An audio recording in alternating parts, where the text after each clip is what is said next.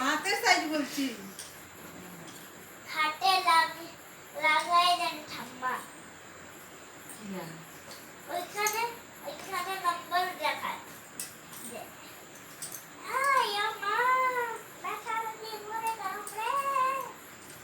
হয়েছে এটা হয়ে গেছে এটা পেটে কেমন গরম যে গরম করছে একটুখানি কমেছে মাথা যেন কেন জ্বর হাই মারছে কেন? হাই মারছি করে না খাওয়া শরীর দুর্বল লাগলে হাই মারবে ভিটামিন খায় না কোন